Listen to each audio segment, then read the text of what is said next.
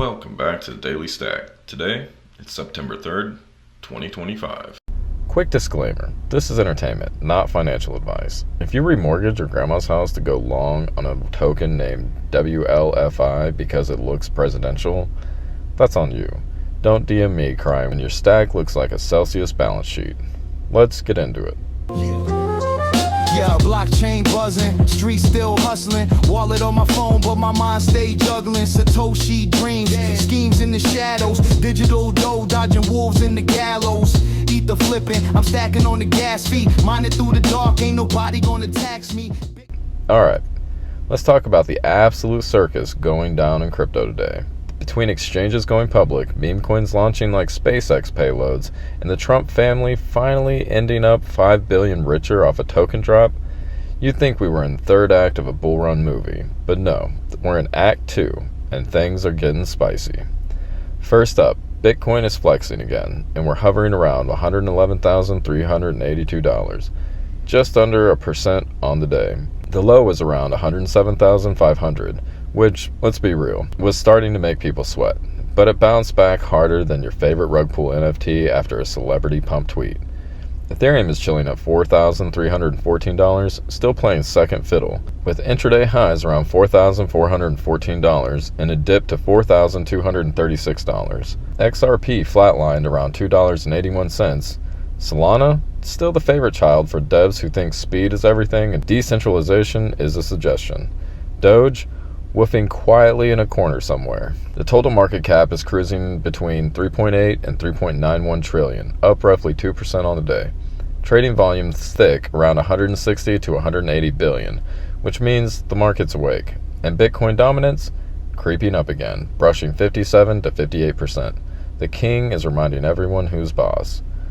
Now let's talk about the suits, because it's not your favorite meme coins that are launching. Gemini is gearing up for its IPO, and it's not playing small ball. The Winklevoss twins, aka the original Bitcoin rich jocks of crypto, are targeting a $2.22 billion valuation. They're looking to raise about $317 million, offering 16.67 million shares. Goldman Sachs and Citigroup are underwriting this thing, which means the suits are suiting up for another round of let's see what TradFi thinks crypto is worth. In other news, the Ether machine, which sounds like either a DeFi protocol or a Daft Punk album, is prepping its own NASDAQ debut. There are a fair few companies doing this digital asset treasury play. Why are you the one to go with? So we are not a buy and hold treasury. We are an institutional vehicle that is generating risk-adjusted returns, actively managing Ether. Okay, Ether is a productive asset, unlike Bitcoin. And in having Ether on our balance sheet, we have to stake it and use it to participate in the decentralized financial economy, where we're able to actively generate yield. Before it even touched Wall Street, it locked in a $654 million private Ethereum-based financing. You heard that right, 150,000 ETH from one guy, Jeffrey Burns, who apparently looked at Ethereum's 200% rally this year and said, yep, time to go all in. We have amassed the Avengers of Ethereum. Our technology team is unparalleled in experience and the creation of proprietary technology to generate this yield.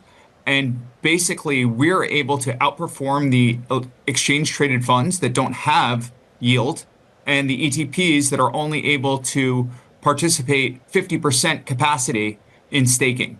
And we are able to stake, which is the only thing that the ETFs would be able to do, restake, which is using Ethereum's proof-of-stake mechanism to secure other middlewares, and then use Ether as pristine collateral in the DeFi economy to further generate additional yield.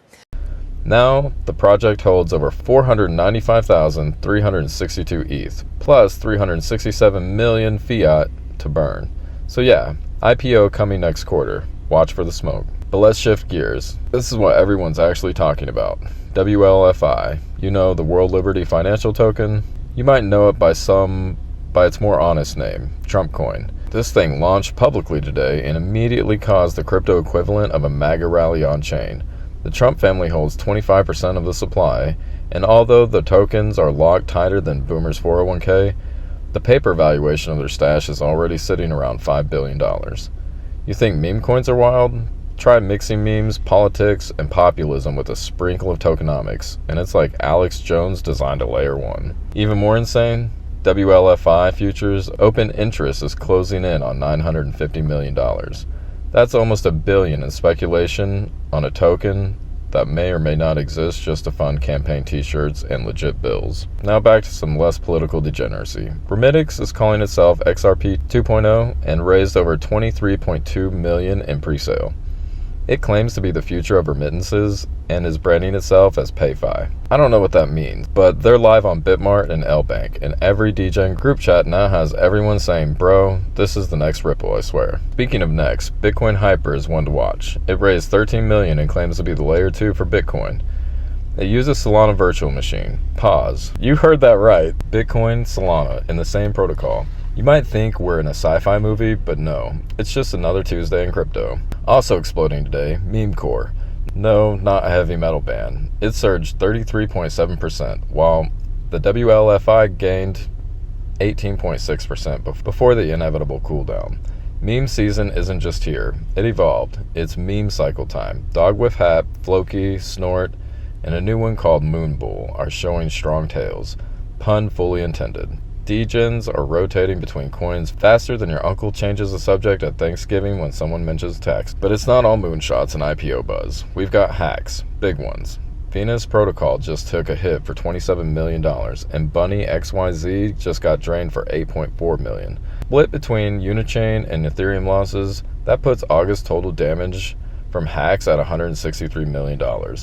So yeah, maybe double check before you ape into that random farm called Stake Swap, or whatever shows up next on Telegram. In the macro picture, we're also seeing volume on decentralized exchanges surge again, over 1.1 trillion in August alone.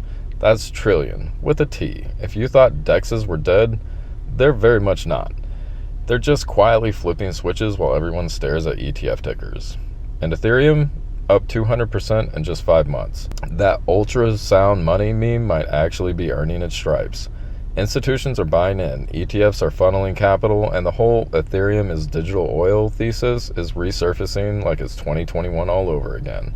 So yeah, Ethereum might not be the shiniest L1 anymore, but it's still where the suits go. They're not quite ready to ape into anime dog coins. And that brings us to the tip of the day. When legacy exchanges go public, it's not about headlines, it's about exits. When you see IPO filings, don't just cheer. Track the wallets, follow the unlocks, watch the back doors. These companies are not trying to bring mass adoption out of the goodness of their hearts. They're trying to cash out while the market's frothy. Look at the balance sheet, not the billboard. Gemini and Ether Machine both have big names, but the smart play is watching what they do after the IPO, not before.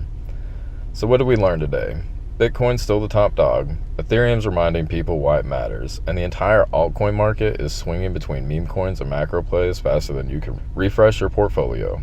IPOs are back, Trump got a token, and degens are betting on XRP clones and Solana-powered Bitcoin L2s. Hacks are draining protocols, pre-sales are printing, and somehow everything still feels early. Only ever click the official hardware link in the episode description. Skip Discord promos, Twitter DMs, or meme giveaway hypes. Your keys remain sacred. Stack smart, stack daily, and I'll see you degens tomorrow. Coin brick by brick, I'm the mason. Paper to the past, now my future's adjacent. Yeah, crypto king.